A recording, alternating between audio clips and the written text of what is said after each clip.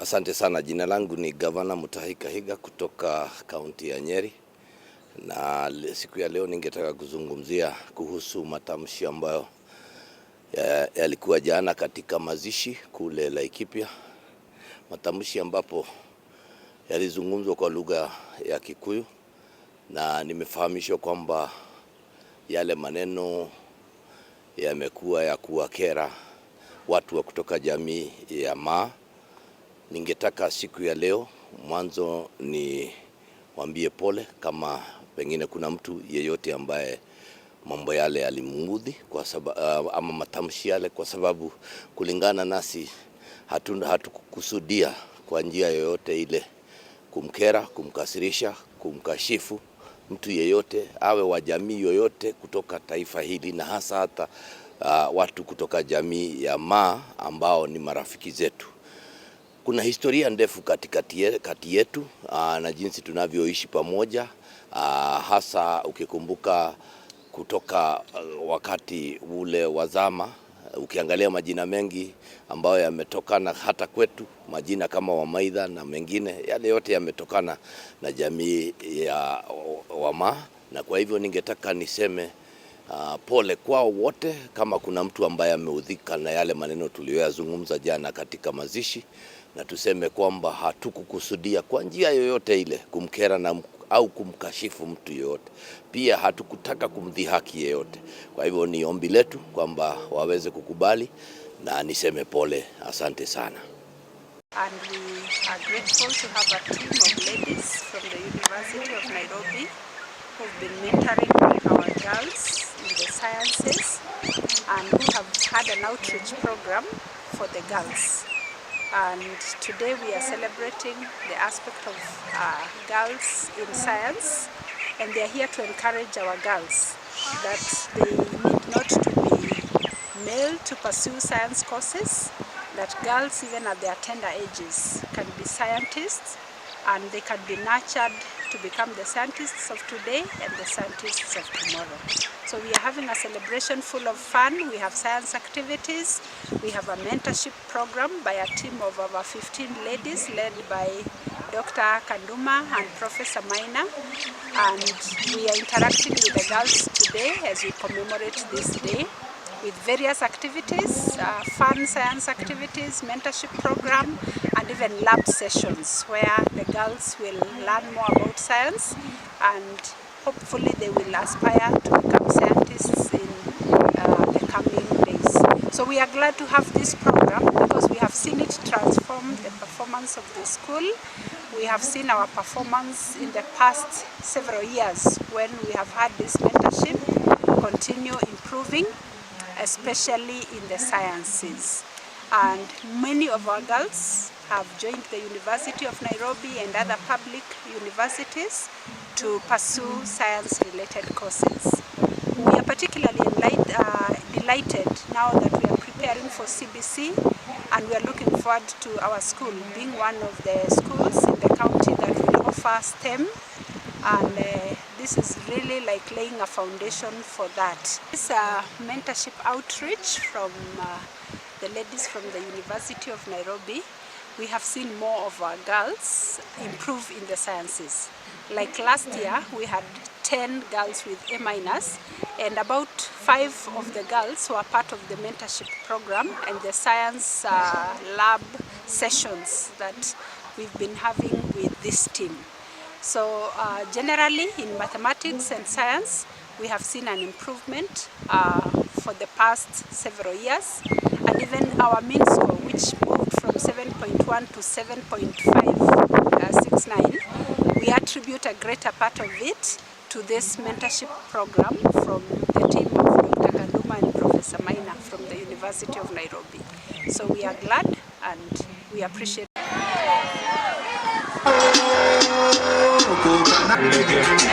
Ndani jeni na donjo, yani hawa wanatitu wabude kwa ni rada gani okoka nao. Tuko mazanga cheki, bebwe, masingo deli cheki, tuamete. Injili inashika cheki, kokatu, hizi za goda zina pressure buda kuja. Tokoka nao, wacha wote kule watu. Leo ninazima joka tambe kata nice. Hizi za Kauna nisikia karibia ni kubless. Yeye with the most high up. Okoka nao, hizi vako Johnny fight up. Okoka nao, Johnny.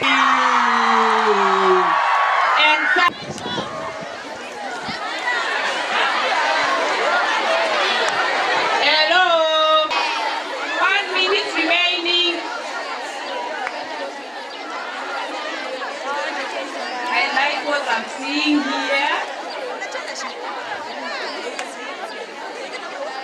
So if you've drawn your scientist, please assign her an age and write her profession.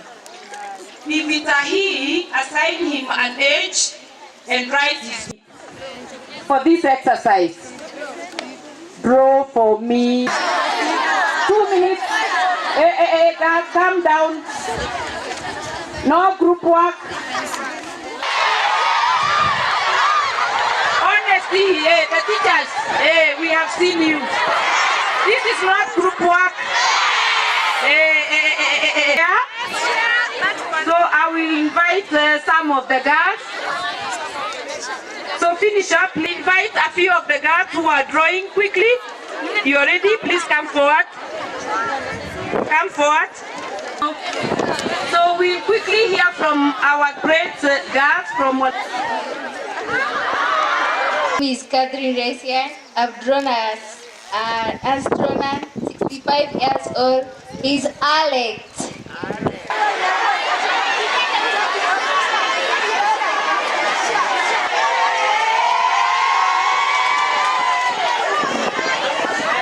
I have drawn a doctor. She's one of my biology coordinator. She's doing a lab test on.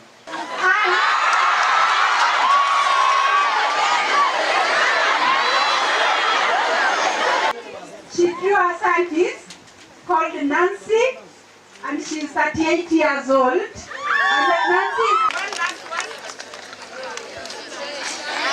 I drew a pilot taking off. that a scientist male.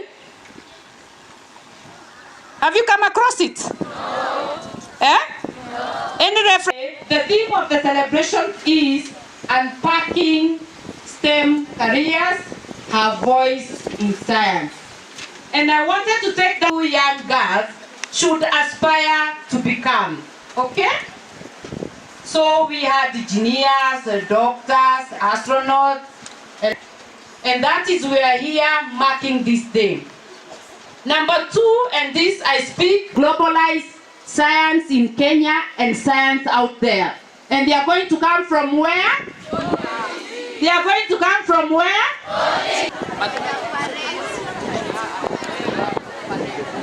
Okay, so Madam Pareo is going to have. Kindly have a seat. Only one. Wewe mnasema akalia masikalia. Akalia hili.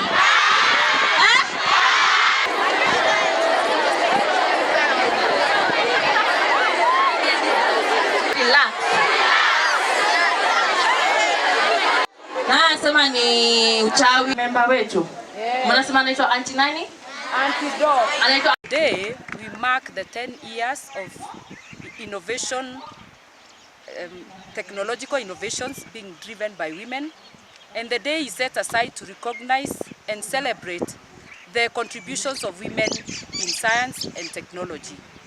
And we are here at Oletipis Girls High School in Narok County to unpack STEM careers and raise our voices in science. So I want to begin by saying that we have been to this school since 2019 through our African School Science Outreach Program. We come here every year to mentor the girls because, as we may know, girls shy away from sciences. They think sciences are challenging, they think many STEM courses are difficult, and it's beyond them. but we are here to demystify STEM, to demystify science. We are here to encourage the girls. We want them to know that science is interesting, it is fun, they can also pursue it, they can pass, they can become great future women leaders. So as we mark these celebrations, we came as a team of women in science of different specializations because we wanted to give an opportunity to the girls to hear about the different trajectories of STEM and especially courses that are available in our public universities. So we are having a great time. We want to celebrate with them. We want to encourage them. We want to inspire them. And most importantly, we want to let them know that they can become great women scientists. We want also them to hear from the different women scientists. They can identify a STEM career which they can pursue. They can hear about the courses offered in our public universities, and we want them to contribute to the building of our economy, especially an economy that is founded on technological innovations. As you may not know, only 30%, and in most STEM careers, only less than 30% of women are found in these careers.